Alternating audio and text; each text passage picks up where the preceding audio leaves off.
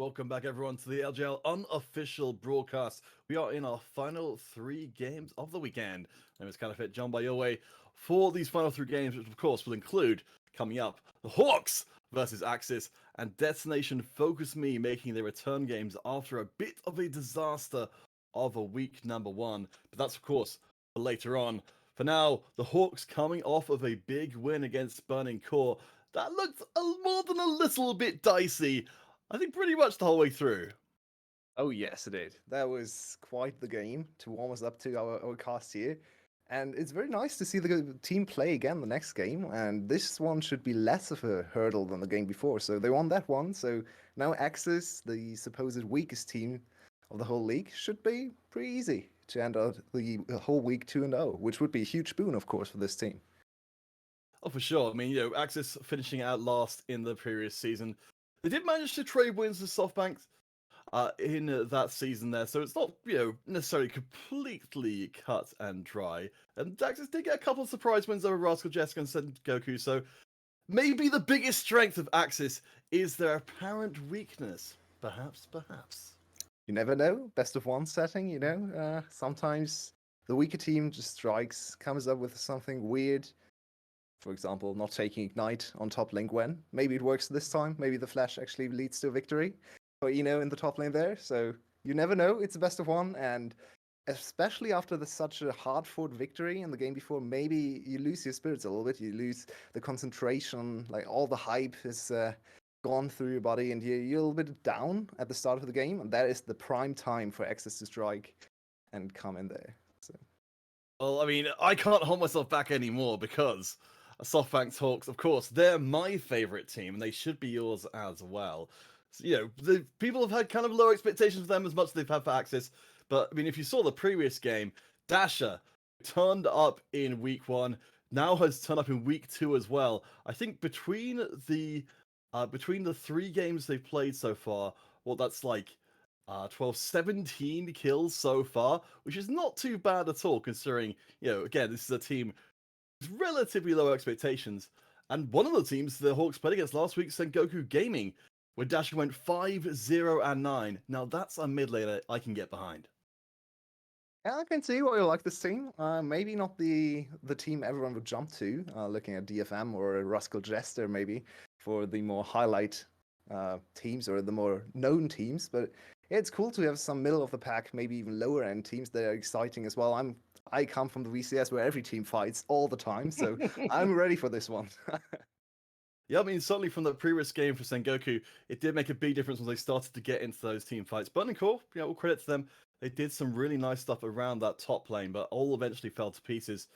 To look to last week for AXIZ to play against Rascal Jester and V3, losing out both of their games. But the mid laner for AXIZ, Megumin, did do a pretty decent job in one game on the Lucian and had a disaster of the other game on the same pick. So there's some potential there for AXIZ in the mid lane. To be fair to him, it was the Lucian against Victor matchup. We all know how that one goes, with the Victor one-shotting the Lucian over and over again. So maybe a different matchup today. I was very surprised looking at the Victor, at the Lucian priority from Megumin, because he's known more as an assassin player, and Lucian, not really an assassin. He's very strong in lane though, and gives a lot of priority to the maybe star player of this team, Hoglet. So that could be where they're coming from. Get Hoglet on a late game carry like Diana, maybe like Rumble as well, and try to get him through the early stages of the lane with a priority mid lane. That's where the Lucian priority comes from. So I can see where they're going. Megumin needs to be a little bit more of a carry threat to make that work as well, because Lucian, of course, if you fall behind, he's not the most useful of champions. All right, I believe we've got our champion select ready. Our teams are raring to go. So for the Hawks, coming in hot off of their previous victory against Burning Core, against a team who definitely are not very highly regarded. Certainly, this is what we would expect to see long-term be a lower table clash. But for both of these teams, they get the chance to shed the weight of expectation coming in. So the Hawks will ban out the Ezreal, Xin and the Karma. And that Lucian you mentioned before for Megumin in the mid lane will be actually banned out by AXIZ themselves, as well as the Kali and the Lulu. So he has to show us something else, maybe a more exciting pick. I was very much looking forward to seeing more Xin Zhao, but of course he's banned here, so instead they go for the Lee Sin. No Gwen priority, no Renekton priority either. They are confident in their playmaking for Upperman on the Lee Sin. I believe he played a game of Lee Sin last week as well, if I remember correctly. But yeah, this, of course, very good. Yeah, he played a very successful game against Sengoku Gaming on the Lee Sin into passes Nar, so he knows what's going on in the top lane. I don't mind this too much, but of course, risky, because Renekton and Diana on the other side, that's a strong combo for mid-game skirmishing as well. Yeah, I mean, we saw from Tussle playing on the Diana in the previous game, even when they had a bit of a rough showing on it, certainly, much like Xin Zhao, unable to get back out to a fight once they've gone in, still did well in the end. So we've got some pretty aggressive picks coming in, but we do have some more supportive roles, I suppose. We've seen Zenit playing the center before, not necessarily picking up a ton of kills, but certainly providing enough damage for the team overall. One thing you have to know about me, I'm a center one-trick myself, so I might get excited about what he's doing, or get very angry with him, depending on how this game goes. It goes both ways when you're in love with one champion and the player pilots him to varying degrees of success, right? But yeah, I like the idea SHG is coming in to this game with bruises plus Senna is always a good strategy. Give the bruises some backups, shield, range, a little bit of CC, also a little bit of assistance with the heal. So now Lee Sin and Volibear never have to look back. They can just rely on the Senna to support them from behind. And she offers quite a lot of damage as well later on in the game, so already liking what I'm seeing there. We do have Honey getting the Jinx brought in for them. So far this season, we have not seen Honey be able to really step up as a carry focus for the team. We can see that so far we've got several sources of safety and shielding removed. Karma, Thresh, Lulu, all gone. So it's going to be a little bit of a hard environment for Honey to really thrive in. Yeah, looking at global meta, this is a very peculiar choice. You would always go for Thresh here instead of the Jinx in every other league. Just go Thresh and then go either Jinx or Aphelios or even some other ADC. Doesn't really matter too much. Going Jinx over the Thresh is super weird to me, because now she's exposed. There's no Tahm Kench, there's no Lulu, as you pointed out earlier, no Karma either. So this Jinx is going to have a hard time surviving all the dive in the enemy team, and they do not stop off. They want more dive. They picked up the Salis. He can steal the Nocturne ult, so that's even more dive. Pair that up with the Viego as well. How does this Jinx think she's going to stay alive? I'm not sure. Certainly leaving us up to the end in suspense, our AXIZ here. They've got to have something in mind. I mean, they banned out the Tahm Kench themselves, but perhaps best defense is a strong, aggressive streak. They do go for the engaged support here. They've got no safety at all for Honey, but they've sure got a lot of engage. Is that kind of ADC game where you know, okay, I'm gonna die over and over again. You carry me. I can't do anything here. But yeah, maybe not the strategy you really look for with the Jinx. I'm very puzzled by this pick. I have not seen a Jinx prioritized this highly or this early in the draft without some safety. So let's see if Honey can really show us what this is all about. On the other side, though, are we going to see a Lee Sin bot lane? That would be quite something. I would be excited for a Lee Sin center lane.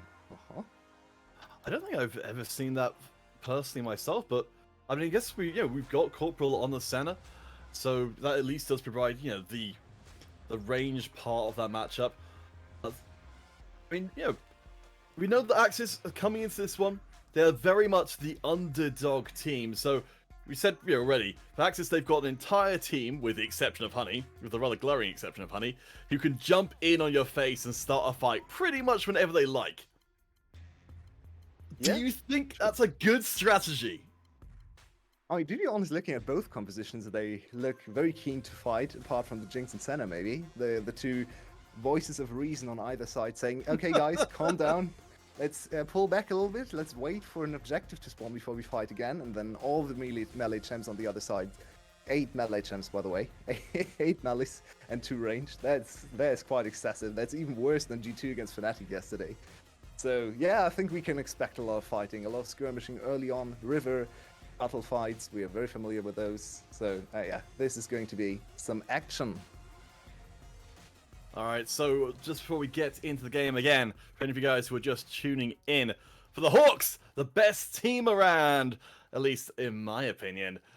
Coming in hot off their win over Burning Core, it certainly seems like we have the table laid for us your way for a big old scrap before we get into the Destination Focus Me games in the 2 games following this one. So a great way to cleanse the palate for strategic play by making sure we've got a full-on brawl.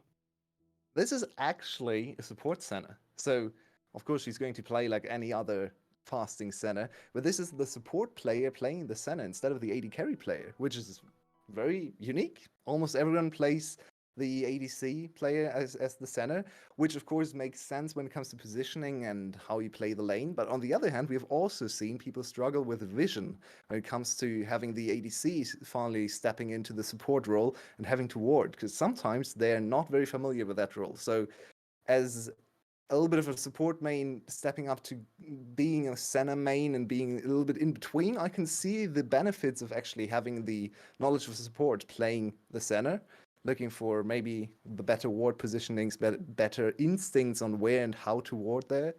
So, yeah, very intrigued by this one. I guess for me, the big question coming into this game is because we've got such a weird setup for our bottom lane. Oh, You know, yes. talking about, like, Jinx, we need safety. We're not going to have any safety at all up against the Lee Sin Senna. I mean, in theory, I know this is going to be a little bit of a stretch, a little bit of an ask, and I'm definitely not going to hold you to any predictions you make here. What would you expect to see that kind of workout as, if you have any expectations at all? So for the early levels, it's probably better for the side of Lee Sin Senna, I'd say. Probably. Because Lee Sin it's very hard to lock down Lee Sin early on and to burst him down as well. And he can give the shield to Senna. Senna can heal both of them. So trades and whittling down the enemy should go in favor of them, with more poke on their side, more sustain on their side. Lee Sin with the W shield and lifesteal to be able to get back some HP. So I'd expect them to win the early trades, and then level 6 it's going to be super explosive. Because if Leona lands the ultimate on Senna, maybe you can just execute the Senna instantly, Jinx following up with the E and ultimate. But then again, Lee Sin can also completely deny the engage from Leona if he plays it correctly. So probably leaning a little bit more towards the Senna Lee Sin. Sounds very intriguing to me. Of course, a little bit biased to the Senna. But there are ways to play from both sides. I'd expect the early push to go in Lee Sin and Senna's favor. Yeah, certainly when you see a bottom lane coming out like this, that's such a surprise. You would generally tend to expect the team that brings out the weird stuff to have a major advantage, because presumably they have played it before. The opponents haven't necessarily played against it before at all. But let's look around the other lanes as well. So, Mengmin, mid lane, we've got the 2 melees into each other, Sylas into Renekton. What kind of expectations should we have for them there?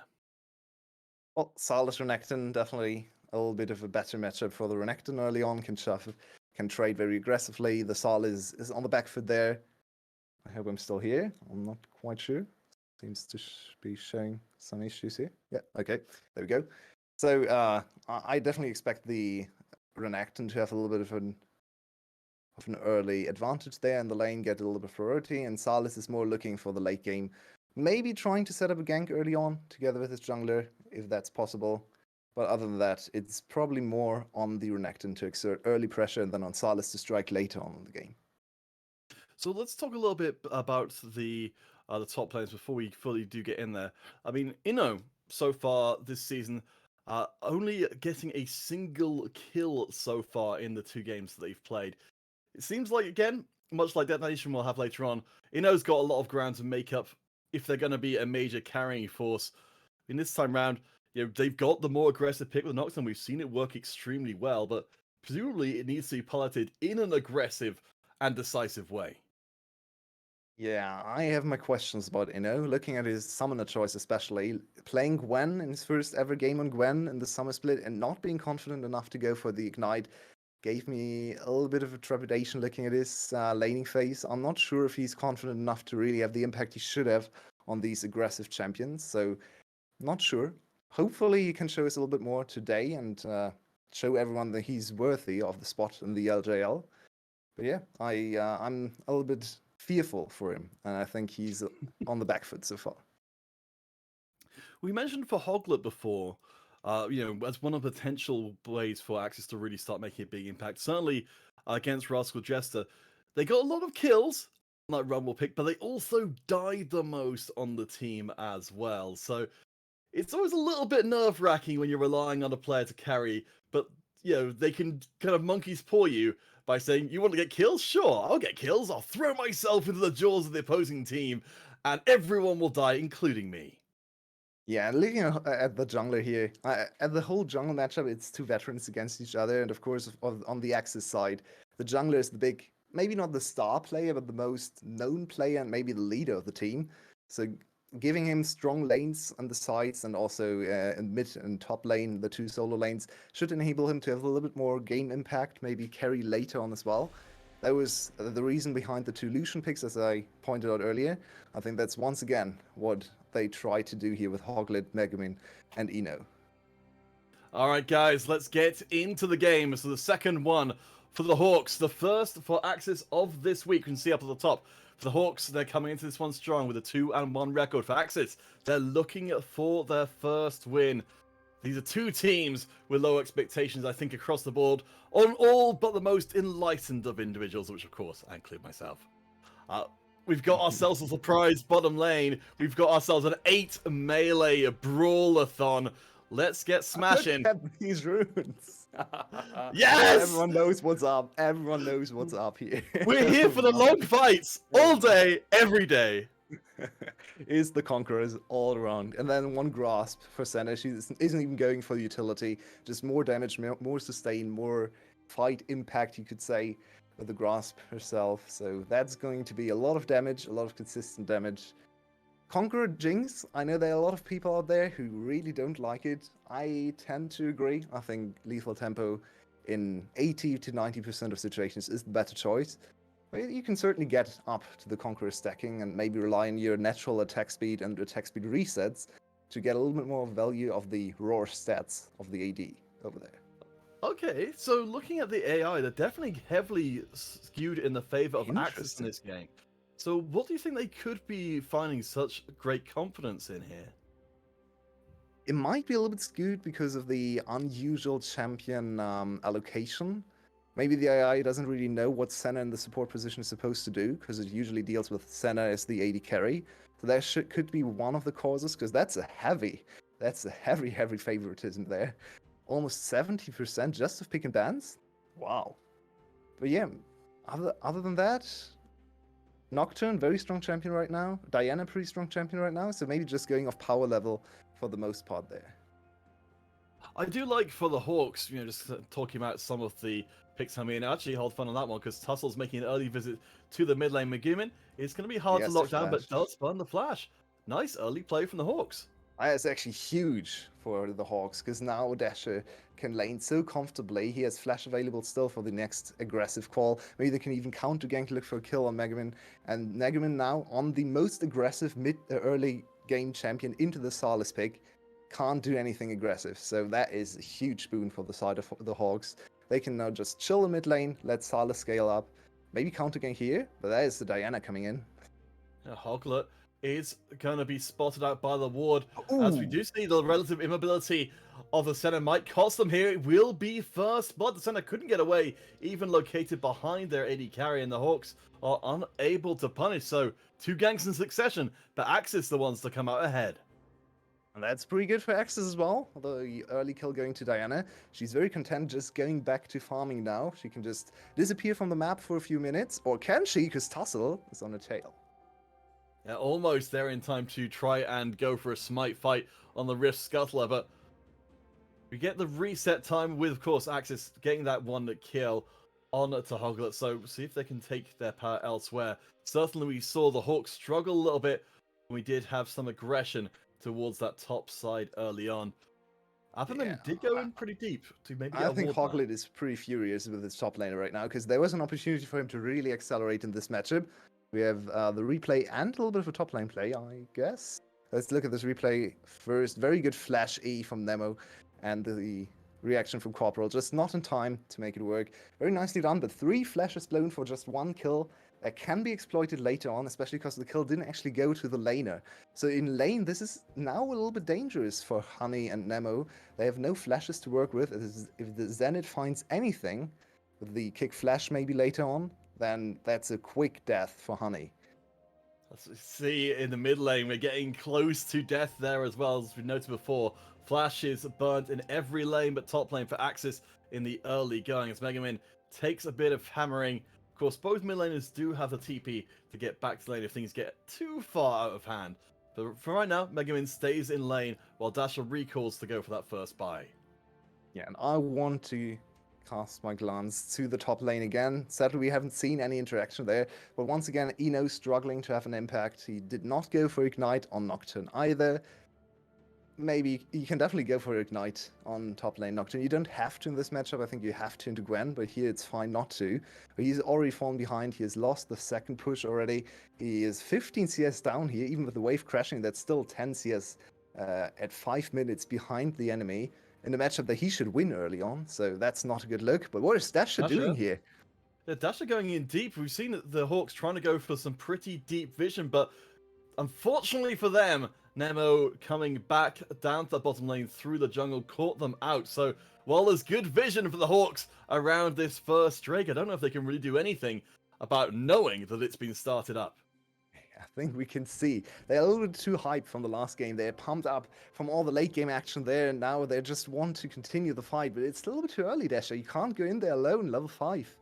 And he just blew his advantage in mid lane. Megamin hits level 6 early, gets a nice push, gets a kill back. His flash is almost off cooldown again. So now AXIZ in a good position in this early stage of the game. You get to see some early warning trips there. I don't even think necessarily... No, AXIZ did see this was developing in first place, so Dasher unfortunately goes right back out. Dasher wasn't even spotted anyway. They just saw him walking into their jungle with the turret division there, and he overstayed his welcome for much too long, and then he was punished by that. It's good to see AXIZ being good enough to punish these kind of mistakes, but also Dasher, think about that again, please. That wasn't the move to do here. Well, I think you're absolutely right. I mean, Dasher has 100% been helping the Hawks take flight recently. I think they are very hungry to build up whatever advantage they can for the team. Whether that be through kills or through vision control, as we saw the attempt for there. No, come on, Corporal. No. He's not a center main. It's a disaster. It's a disaster. I was trying to figure out what you're upset about for a second. Then I realized, yes, those souls left on the ground there. So that's a little bit of extra stats being thrown away for nothing in favor of getting some vision up in the tri-brush. So first Drake to AXIZ. Early goal lead to AXIZ as well. A kill on the mid laner and on Hoglet the jungler as well. For Sengoku... Sorry, for the Softbank Hawks, they'll need to find a way to get a kill back. And maybe it's going to be onto Inno. Yeah, it's a hard game to make work though. He has flash available, he has the spell shield. There is only really one CC you can land after the spell shield, and he should be able to react with his flash. So don't really see this gank working. So I think Tussle realized the same, and he should probably just try to go punish some of the flashes in bot lane. I'm very surprised he didn't go for an attempt in bot lane, because all 3 flashes were blown from jungler, and both bot laners, even the mid laner, blew his flash very early on in the game. And Tussle failed to make any sort of impact with flash Volibear. That is not good to see. Maybe can he redeem himself later on? Wow.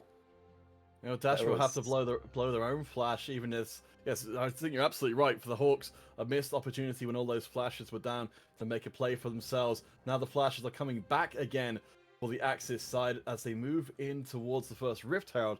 We can see there's vision there for the Hawks right now, and Tussle, of course, is nearby. Ooh, look at this. Across the wall, Honey getting super aggressive, and they do not get rewarded for it. I don't know what on earth they were going for there, but Honey pays the price for it. I think the idea here was to exploit Senna not being level 6 yet. She was level 5 in the fight, but at the same time, Nemo had no ultimate, so you are technically level 6, but you are not playing with your ultimate, so you might as well be level 5 at that point. So, not the way to go for. Flash wasn't even used by Jinx. They spot them. It's clear. It's a clear plan. They are both level 6. Nemo's calling for this one, because Honey wanted to recall here. They want to go for... it's a split call a little bit here. And then Honey walks in front of Nemo. Nemo gets kicked over Honey, so he gets CC'd and gets the damage, the amplified damage when a high HP target gets kicked into you. Not the greatest execution when it comes to mechanics there from Honey positioning. He wanted to really focus on Corporal, but maybe a little bit of tunnel visioning there on the kill. So AXIZ, all of that good work they'd accomplished before has now been erased. The gold lead is gone once again, and we know that Tussle has got the Rift Herald to cash in on some plates as well. Dasher playing a little bit What is aggressive with their happening? positioning as the mid laners brawl once again. Corporal is here though, doesn't manage to land the root. Seems like Dasher's still up for a fight, though note that Megumin, the Renekton, has got themselves the early healing reduction to make Dasher a little bit less willing to trade. Yeah, that's the melee champs on both sides. They are so keen on fighting. They just want to go all the time, even though they knew someone was coming from both sides, actually. In the end, they both just run away again. Dasher, yeah, as he pointed out, the early healing reduction will give the Renekton a little bit of priority and superiority in early fights. So no way for Dasher to trade right now. I think he also consigned himself to a little bit of a scaling build with the early boots instead, to just be able to get a lot of cooldowns off and just wave clear with the highest cooldown reduction early on in the game you can build with the boots. So just going for wave clear for scaling and waiting for his bot lane to carry him through these early stages of the fight, and the top lane as well. Because now we're looking at the 20 CS lead, Apperman and Eno completely isolated over there. It's not looking good for Eno. No, we had our concerns about Eno coming into the game. Previously when they were playing on the Renekton, they went 0, 2, and 4, so they definitely didn't manage to make the big impact. Good W. Forces out the play, and yeah, very nice route there. Stops Nemo from getting the perfect positioning ahead of this second Drake spawn. And the action is never over. The teleport coming in here from Dasher, getting into position. They have better AXIZ, that is, has better positioning right now, but Charging here comes in. the fight. Tussle's not wasting any time at all. Immediately, Nemo is deleted, and there's a catch on it too. Hoglet as well. That's a disaster for AXIZ. They wanted the setup for the dragon. Instead, they get farmed. He's And I not think done. diving under the tower as well. Dasher gets the kill. Honey could get resets here. They get one, and they will get away. But the Drake is firmly in the hands of the Hawks. Yeah, you can say that again. That was such a huge play from the Hawks. Maybe even the game-winning play later on, we can go back and check for that one. But it was a huge fight, and all on the back of Tussle's initiation from the bot side. You can see the setup is actually pretty good for AXIZ. They are first in the river, but a little bit isolated, or separated, I should say. And then this trap line is not the greatest. Honey, not even one item jinx, doesn't deal any damage. You can see she's barely chunking through the shields. And in the meantime, it's double Diana ult, but maybe the superior Diana ult this time on the side of Dasher. This was a little bit crazy. Dasher actually going for the second kill, and Zenit even wanted one more. You can see Zenit, I think if the W lands there from Corporal, they get another kill. A little bit greedy, but honestly, the Jinx, you can give her a kill or two. She's not doing much for now. So that's nice to have for AXIZ. They only one kill down, but the game looks very bleak from their side. Yeah, the goal lead has started to build up now as we head onto a Cloud Rift. So, if you ever thought, your way, I'm waiting too long for the next team fight to start, well, now you have to wait just a little bit less, because we've got speed shrines in all of our jungles, and rotations will mean everyone gets to the fight as soon as they want to. Oh yeah. And so far, no Nocturne whatsoever for any of the early fights, which is very surprising. We see so many early TPs from Nocturne even before level 6, and then certainly ultimate into TP later on. So we have a little bit of a scuffle there, but I think nothing's going to come from it. So Eno once again struggling to have any sort of impact, and I really want to see him come down here and help out his team. Maybe set up a kill for Hoglet again. Hoglet was ahead early on, now lost a little bit of his steam. He is one item though, so the combo damage is possible. And there are some squishy targets on the other side. Well, looking across the map as we're getting close to 50 minutes in, Apperman up on the top side is certainly controlling that top lane, though there are no kills coming in. The CS is looking very good. Hoglet, after that early kill, they've managed to take the lead in the jungle. Mid lane has remained pretty even, as has bot lane as well. So, still waiting to see if these top laners can come in and swing this game back, because it's still incredibly close. Yeah, exactly. We haven't seen anything from the top laners. It's the island. It's the fighting game coming out early here in Japan, as it always does. So they're just preoccupied with fighting in the top lane, 1v1 all the time. After 50 minutes, you get out of the fighting game and have to participate in the overall team game, which of course is not what you want to do as a top laner. But maybe it's what you want to do if you're Eno, because so far he's struggling in the 1v1, so maybe you can have a little bit more impact when it comes to the team fights. And the game is far from over. If you look at the gold value, it's even. The dragons are even as well. Just feels so much in Hawk's favor because of the last team fight. But honestly, they can definitely still falter later on in the game. For AXIZ, they have got themselves a window of opportunity. We've got the Kraken Slayer and the Stride Breaker coming in for them on their AD carry and on their top lane respectively, so they are spiking up. You haven't necessarily got mythics all over the map. Dasher is still waiting to complete theirs, as is Tussle, so AXIZ maybe have an opportunity here at this Herald. Yeah, surprising to see all the item completions being actually in AXIZ's favor, and maybe they haven't checked the scoreboard yet, because that's a huge opportunity to fight. They should take this one. Zenith spotting the movement there, tagging Megamin. Look at Nocturne coming from the side. He should use his ultimate to jump into the backline if he wants to. Here he goes. It's hard to smite when you can't see the fight. Charging in, and immediately the Sunless Dasher drops, and Tussle's gone as well. For AXIZ, this is a huge team fight win, as Zenith tries to go into the back of the fight and gets torn to pieces. AXIZ, they have lost nobody, but gotten 3 kills at once, and the second Herald. Okay, it's this kind of game. We are very sloppy on both sides. Hogs tried to do a little bit too much, having their cake and eating it too. That did not go their way. They shouldn't have gone for this fight. Checking items is very important. Checking positioning of the mid lane wave is even more important when you try to go for this 10k HP objective. And finally, Eno with some good participation and very nice ultimate to cut off the enemy team. It's basically over at this point already. Huge AoE damage from Honey. Honey, after participating in the fight, still gets a few auto attacks on Zenith. Or Zenith, I should say. But Zenith, even if he gets the solo kill on Honey here, the fight is already over. So way too tunnel vision on the enemy AD carry. Because at this stage of the game, one item on all champions, you don't have to focus the AD carry solely, because he's not stronger than anyone else here. Target selection, not the greatest from the Hawks. Well, perhaps that's going to change. Honey's got the 2 kills and 3 assists now. As we mentioned already, the Kraken Slayer completed. And Eno, who we had our worries about, has now got the kill and the assist as well. As down on the bottom side, Dasher, who seems to be on a one-man mission to try and get the Hawks rolling here, goes for another fight that Herald picked up from the last fight, will drop straight into the mid lane. No first tower as of yet. The flash? Zenith manages to make the play, but the damage is not quite there for the squad. Eno gets another kill, and it's going to be a drop down. Zenith and Tussle are off the field. The Herald is crashing into the tower. For the Hawks, everything is going to hell in a handbasket. Corporal, it's not over. Oh, yes, Flat. That was really poor positioning from Corporal. He was way too safe on the tower. He thought he was safe on the tower. Of course, he was not. And that's another flash for free. AXIZ really taking over the game here. 4 kill advantage, and more importantly, 3k gold advantage. All their carries hitting their... Everyone is a carry here, to be honest. So everyone hitting their item spikes, and just the better, more assertive positioning from AXIZ in the last few... in the last passage of play here, and out to a great lead they go.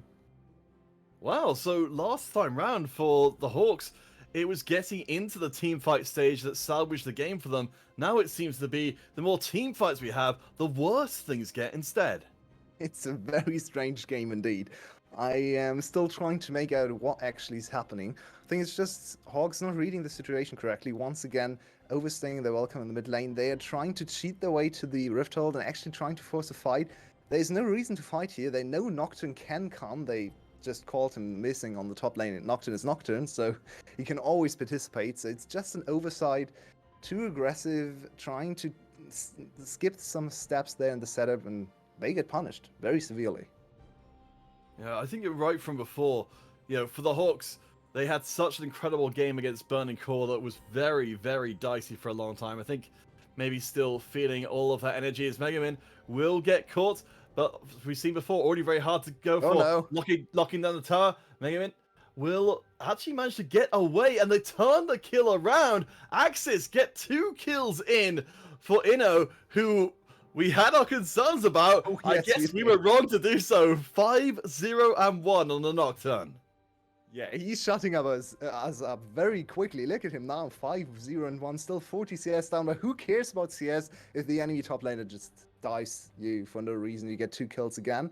So this Nocturne now suddenly super threatening. The Senna on the other side, not even on 1 item. So this Nocturne is gonna be gonna have a very easy time in the back line.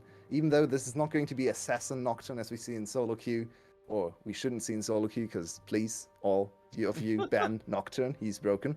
But yeah, this is going to be Bruiser Nocturne, and against a lot of bruises, he can still just stay in the middle of everyone, use all of his AoE damage, and sustain through a lot of that. So it's a very good situation for AXIZ. The worst team in the league, allegedly, finally looking pretty solid. So if we check in on our earlier assumptions, so we were worried that Inno wouldn't have a big enough impact. They now have the most gold in the game. We were worried that Honey would get run over because they have no defensive measures whatsoever. That apparently has not been a problem for AXIZ here, because no one's getting anywhere near to Honey, with the exception of Zenit, who has paid the price for trying already. Yeah, Honey is pretty sitting pretty in the back line. He doesn't really have to concern himself with carrying the game for the most part, because he has a Nocturne, he has a Diana. There is so much the enemy team needs to look at, and this Jinx is not there to really be the hyper carry. And if the enemy team focuses the Jinx, fair enough, you get the Jinx, but then you still have to deal with Hoglet, Megumin, and Eno. So that's kind of the, as you said in draft actually, the offense is the best defense, where you just pick so many threats that the enemy team just can't focus your AD carry. And finally, she's getting to 3-4 items, then it's still a hyper carry Jinx, right? So an intriguing draft, very risky, because if it fails, the Jinx is never going to do anything. But here, it seems to be working. I mean, if we look on the other side of our assumptions with the Hawks coming into this one, the Lee Sin Senna bot lane so far doesn't, seem to be doing okay, as, gets a little bit caught out there, but gets away thanks to the shield. But this Lee Sin Senna bot lane, I think I maybe know the answer to this already, but is this a combo you'd like to see again? I don't think the combo is too bad. It actually looked pretty promising in lane. I think Senna had 1 bad reaction there, so I'll give it a little bit of leeway. I want to see it once more. Maybe see if the Lee Sin can be a little bit more active in the laning phase. But you saw on the one trade where they played 2v2, they actually looked pretty strong. So I think it's not on them that they lost this game too much. Or see the AI. It has definitely given this one to AXIZ already, going into nearly 90% win. I mean, I guess we're 5k separated. It's not... I think that might be overstating things a little bit, but so far we haven't been seeing many signs from the Hawks recently that they've got some kind of plan for turning these team fights around. It just seems to go the same way each time. Yeah, for sure. Sorry, I was actually struggling to get back into the game. Now I'm finally here, so I can actually see what's going on. Apologies. My internet seems to be struggling right now. But nothing happened, so I didn't really miss anything. I hope. Yeah, it's still 5-0 for but he caught up a little bit in CS. And the next big objective, I guess, will probably be the Baron, with the Cloud Soul coming up in 6, or the next Cloud Drake in 6 seconds. No one really too concerned with that one. You can see AXIZ moving over there, but this could actually be an opportunity for all of the top side people to go for the Baron. I mean, you think about what Inno is going to look like on this Nocturne when they get that massive speed boost after using their ultimate. I mean, you can't get away from them right now. They are the strongest member on the team, and now they're only 5 minutes away from being completely unescapable. Oh yeah, the Nocturne with the ultimate extra movement speed, that is going to be a terror for anyone really, but especially Corporal, of course. The Senna, so far, I'm not unhappy with her. She's not really doing much though, so maybe a little bit later is her time to shine, going for the tanky build. With a lot of healing, with a lot of sustain, and actually providing a little bit of armor reduction later on as well, if she goes for the Black Cleaver next, for all her bruises. So makes a lot of sense, especially if you have so many AD bruises in your team composition, but it's not the hyper carry Senna we've seen from the likes of Reckless over in EU from time to time. So we don't really have to look at her for most of the damage. I think it has to come from people like Dasher and maybe even Zenit, in the backline. I've been keeping my eye very closely on Corporal during these fights, as they are What going to is have he to doing, soak though? multiple ults in a row. TP immediately in from the Hawks there, as AXIZ try and force a play out onto that low mobility center. Now the retribution is coming as Hoglet Wait, what? holds themselves in place for the rest of the Hawks. TP coming in. There's a ton of damage as Hoglet gets blown to pieces. Corporal will have to stay alive on the back line as the towers are still there. Kick from Zenit actually is going to save Honey from the rest of the squad. So the Leona will fall in turn. This is looking like it's going to be the Hawks fight, but not by a mile. I am completely lost. What happened in this fight? This was... So, if I saw this correctly, Desha stole the Diana ult and then completely whiffed it, didn't hit anyone with that one. And then Hoglet did kind of the same, didn't really do anything with his Diana ult either, so Nocturne also didn't jump in with his ultimate, was too hesitant, and then for some reason Lee Sin followed up onto the enemy Bruiser, tried to kill him underneath the tower and died for that. Very scrappy but sloppy fight from both sides, and in the end nothing really comes from it. They blew a few flashes, especially from Honey and from Megumin. Honestly, almost everyone on their side, and there we go again. There's the flash forward, there's the catch, which means that we get to see Honey with no defensive measures at all will die, but Dasher is traded off in exchange. It's a good response from AXIZ, which does mean that we don't get to see any further action from the Hawks, with it now just still being 4v4. Well, this game is what we expected it to be. It's two of the not-so-great teams playing each other. At least we get a lot of action and not the slow grind out from either side. It's just a lot of fights. They don't really make much sense. If you look at Corporal here, why are you here? You have no vision in the river, no vision in mid lane. Why are you walking through there as the squishiest member of the team, the slowest member of the team? Now look at this. Dasher, what were you doing there? That was horrible. Oh my word. That Diana ult did not look good. And then Zenit, question mark, again, not really sure why he's so fixated on killing Honey when the rest of his team is actually doing fine in the backline and Honey is not there to carry the fight. Just leave him. Let the Jinx run away. She's not going to kill you anyway. Just focus on the other bruisers. His tunnel visioning so hard on killing the ADC. And this is, once again, a good play. This time, Flash W, not much Jinx can do against that. Very nicely done from Apperman. Finally finding a little bit of impact from his side as well. Outdone by Eno after the laning phase, but now finding a good kill back. And the game is close again. It's still a big lead for AXIZ. They are still on soul point, of course, and a few K ahead, but they have to be careful. Enemy team is scaling up. Second items are coming in. And the late game looks scary. Yeah, I mean, that late game's gonna come all the sooner if AXIZ can get hold of this Cloud Soul coming up in less than a minute's time. We'll see where the Hawks are on the map as to how willing they are to try and take this fight. So far, the Hawks, their ambushes have worked pretty well, but team fights a lot less so. Oh, yes. This whole game has been very back and forth. It's very hard to actually come to a conclusive statement about either team, and we are going to go again on Eno, but he has Spell Shield, so he's the worst target possible, and he counteracts. Yeah, he'll go straight back in again, and so Diana will bring the squad's backline in, and immediately the Hawks have lost Zenit and Corporal. All the damage from there is gone, as Dasher will lock themselves in with no flash and no escape. AXIZ win out the fight huge when it was the Hawks who wanted to make the play.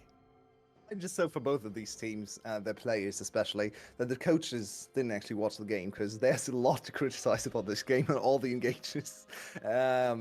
Not really sure what this was again.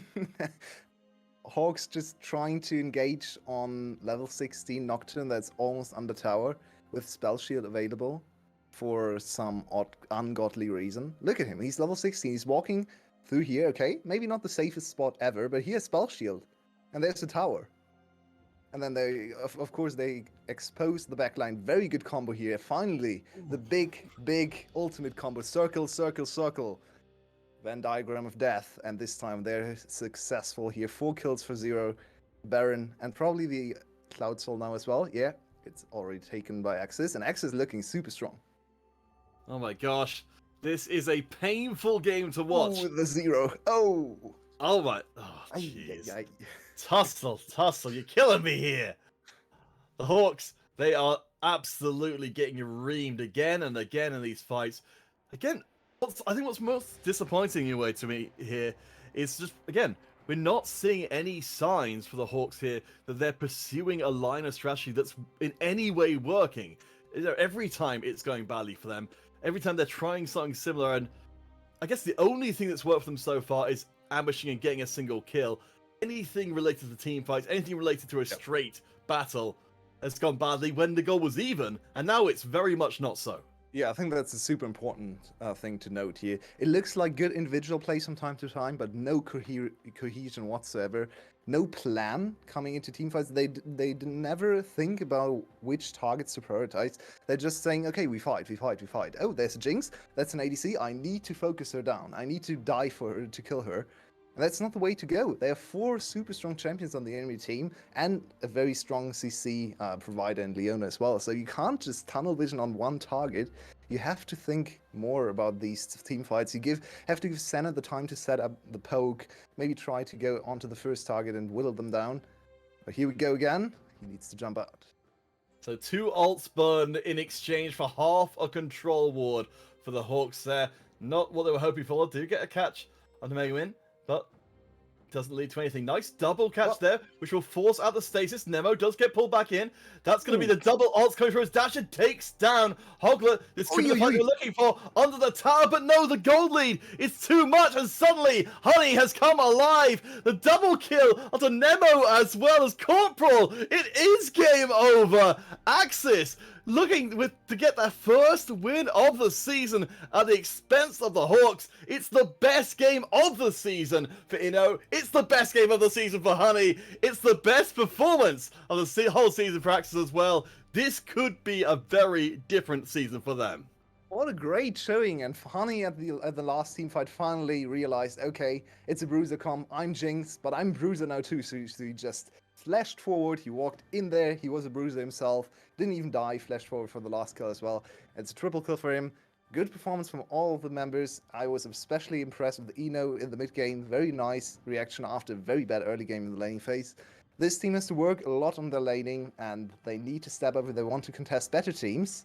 But later on, mid game, late game coordination, actually pretty solid. Yeah, I think AXIZ should be extremely proud of themselves after that last game. They did not let up the whole way through. Again, people came in with nearly 0 expectations for them as a squad, and honestly, they looked a ton better than the Hawks did there, who looked themselves to be totally lost in that game. They did, and 1-1 for them again. Maybe not what they hoped for. AXIZ was supposed to be an easy opponent, but in the end, they fall down to them after a hard-fought victory in Game 1. At least they didn't go 0-2. It was very possible this week as well to see the last replay of the team fight here. I want you to keep your eyes on Honey and on the enemy Lee Sin, as what Lee Sin does here. He finally doesn't focus on Honey. Maybe in this fight he should have, because he kicks the Leona closer to his team, which really wasn't the target he wanted to go for. There he goes. Is that it? Yes, he just decides to go for the kick on the Leona, and Leona finds herself in the midst of the enemy team, almost dead. In the end, it's Honey coming from behind with all the damage, gets the 2 stacks already super fast, a lot of attack speed, can just run forward and lead his team into the enemy base. It's a pretty clean team fight, and AXIZ overall looking very, very crisp. Alright guys, so with that first win of the season for the AXIZ squad, we will be going to a very short break before we come back with our post-game for that one. Of course, don't go anywhere at all, because even, for today, we've still got tons of fantastic games. So AXIZ have broken their losing streak, but Destination Focus Me have to do the same as well. It's a very strange thing to have to be able to say, but that's the world that we are living in. So again, we're going to be back in a couple of minutes time for our post-game before we will be moving on to our last 2 games of the evening. Destination Focus Me returning, and we shall too in a couple of minutes.